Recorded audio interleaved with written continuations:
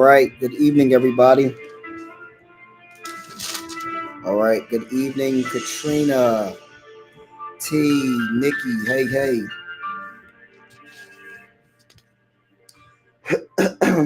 All right. Your Grace, Sewell. Good to see you. Good evening, everybody. All right. All right. All right. Let's get rocking and rolling tonight. All right. We are all right in our discussion. It being the Passion Week, it's our third night being on. We were on well Tuesday night. We were on Wednesday. We did it in Bible study.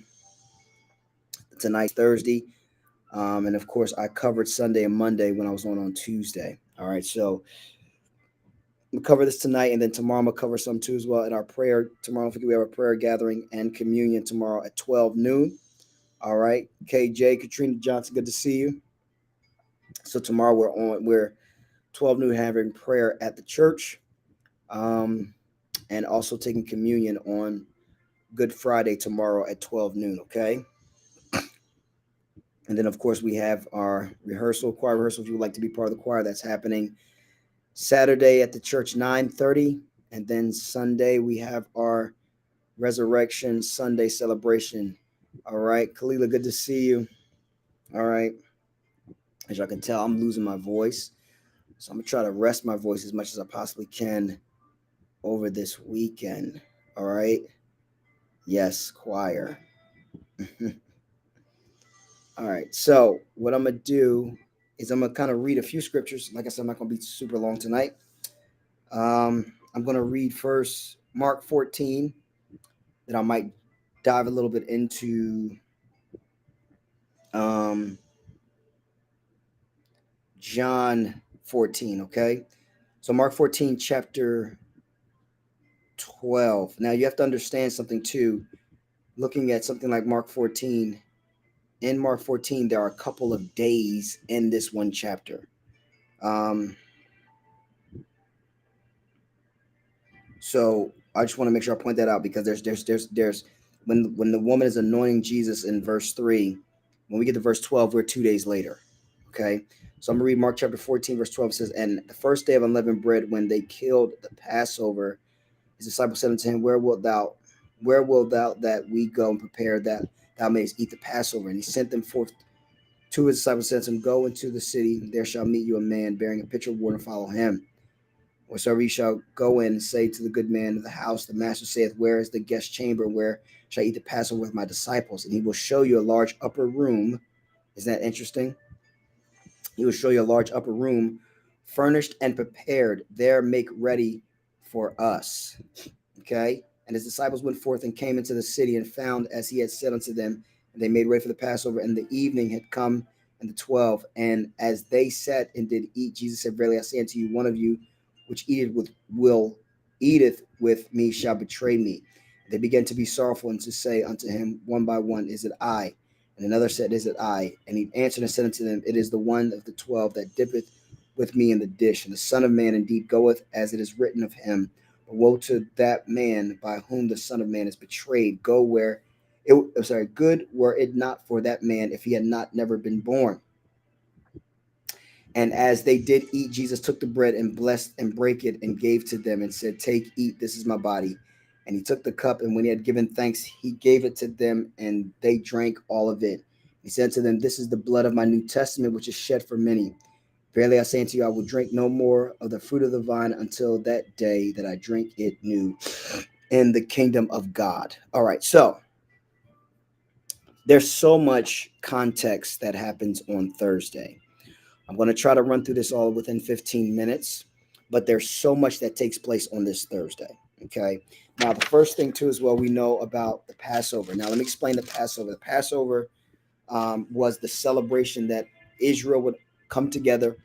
They would celebrate. Now, there were multiple feasts that they celebrated. We know that Pentecost, the Bible talks about when the day of Pentecost had fully come, meaning the manifestation of what Pentecost would do, or what it was designed to do. But Pentecost was when they begin to see the first the ear of the corn of the grain that they would plant.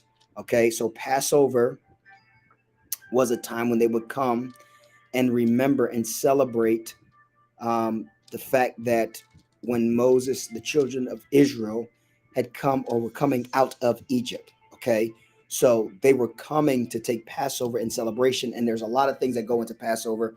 I don't have time to go into it, of all the things that they would eat at the time of Passover, what it symbolized, what it dealt with. But one of the things that they didn't know, that at this time, or they were knowing, Jesus was explaining to them that they were coming into a new covenant, that they weren't simply just taking Passover, because you have to understand that the Passover that you saw in the Old Testament was literally a type and shadow of what this Passover would be. Number one, in the Passover, they put blood on the door. That blood on the door was symbolic of them being covered by the blood eventually of Jesus. It was a shadow or a foreshadowing of what the real Passover would do. But they were operating in, again, of the tradition of them celebrating Passover for God bringing them out of Egypt and bringing them into the wilderness and going into a promised land. Okay, so they always celebrated that. They always governed that. They always honored that God allowed them to be a people unto him. And so when they come to sit at Passover, which is done, everyone did this, all of Israel did this. They will find a place to prepare it. Sometimes people will take Passover with their family. Some people will do it with their friends. Some people will invite certain people over to do it, but they always honored this. And so at this time, this is unique too as well, because of when Jesus died, because it's all part of that feast. That's one of the reasons why, which I'll talk about this on Sunday more in depth. A message left for dead, of when Jesus was crucified. So on that Thursday night, Jesus begins to have a discussion with them. And in John chapter 14, 15, 16, and 17 also goes into the depths of that conversation. These are things that Jesus left with them, said to them, explained to them, talked about, I'll go to prepare a place for you. He also talks about too as well, I believe it's in, I didn't get a chance to read it too as well, when when Peter washes, or Jesus washes the disciples' feet, tells Peter that you must allow me to wash your feet, and talks about how you have to allow me to do this because you'll have no part with me. Jesus was also emphasizing the fact of being a servant in the midst of what he's doing. And so after they eat, after they celebrate the Passover, and he tells them that you've come into a new covenant, and what I'm giving unto you now is what I am and what I am doing for you. So this is the beginning of you all understanding that Passover isn't just simply Passover to honor Moses. This is also now the new covenant that I'm introducing you into, that has been already set even before the original Passover was set. This was set that once sin came to the earth, that Jesus was slain. The Bible talks about he was slain before the foundation of the earth. So when this took place, Jesus is bringing them into this covenant, understanding that when you guys drink of this, this is the blood that washes away the sins of the world. And this bread also represents, or is, my body. And he told them to eat it, take and eat of this, is my body. And so they broke it, they took of it, they ate of it, not fully comprehending the capacity of what they were stepping into.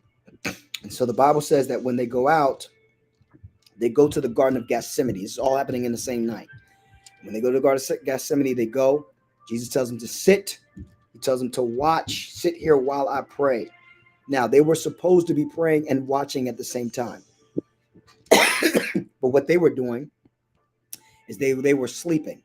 Okay? And this is when Jesus says to them, y'all can't wait and watch with me for 1 hour.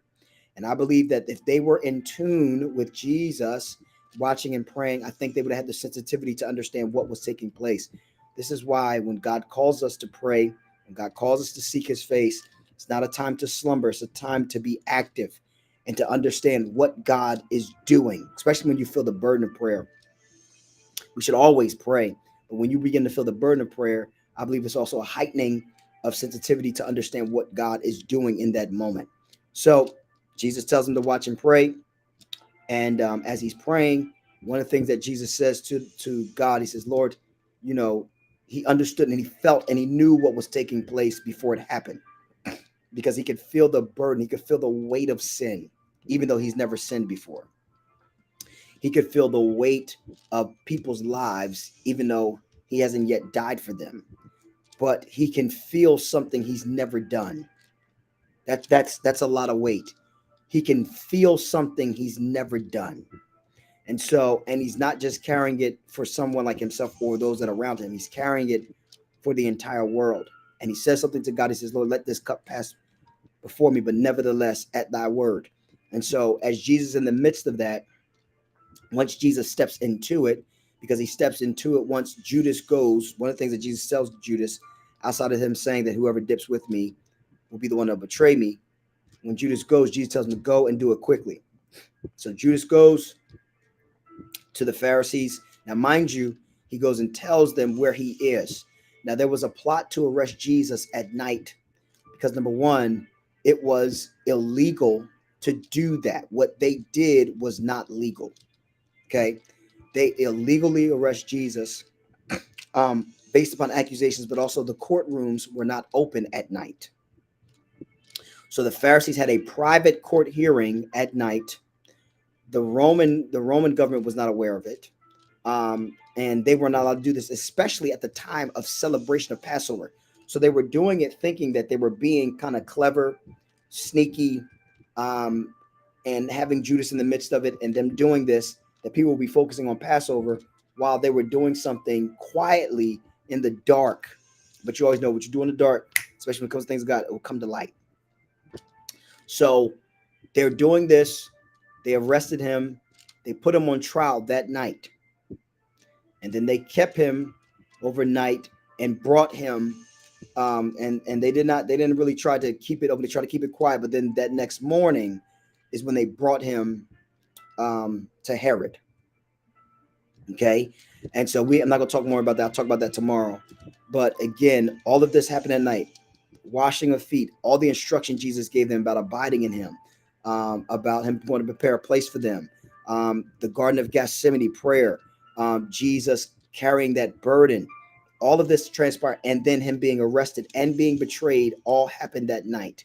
So Jesus wasn't arrested Friday. He was arrested Thursday night, taken by the Pharisees, taken by the Sanhedrin, taken by the governing people of Israel. Okay. Not the heathens, the governing people of Israel took him that night and then, beat him even to a degree, not fully like what we see later on of what Herod would do. But they took him, arrested him. And again, he took on this burden for us. And listen, every year I always do my best at this time of the year to watch The Passion of Christ to remind myself of what Jesus did for us, especially that Thursday night of everything that took place going and then into Friday and what he did on Friday morning. And so, again, they plotted. Judas betrayed him. Jesus prayed, went to the Garden of Gethsemane. They took the Passover meal, which we talked about, and Jesus explained to them that this is not just the old covenant of what you guys celebrated and what you guys honored concerning Moses. You can still honor that, but I brought you into something new. And what I brought you into will be forever consistent and operating in your lives. So again, I wanted to make sure we just kind of go this day by day so we can understand and see what was taking place, what transpired. And then tomorrow I'll share what happened a little bit on Friday. I don't want to go too deep into that because I'll correlate my message. Saturday ain't much to say outside of what Jesus did concerning the keys, the gates of hell, all of that. I'll talk a little bit about that on Saturday too as well. All right. So thank y'all for joining me just for a few moments, as we break down, like I said, every day of the week of Jesus going forward. All right. So listen, tomorrow we're praying noon in person, and we'll probably stream it online too as well because we know some people have work. So we'll stream it online as well. All right. God bless you. Heaven smile upon you is our prayer. And I'll see you tomorrow for noonday prayer. Y'all take care. Enjoy the rest of your evening.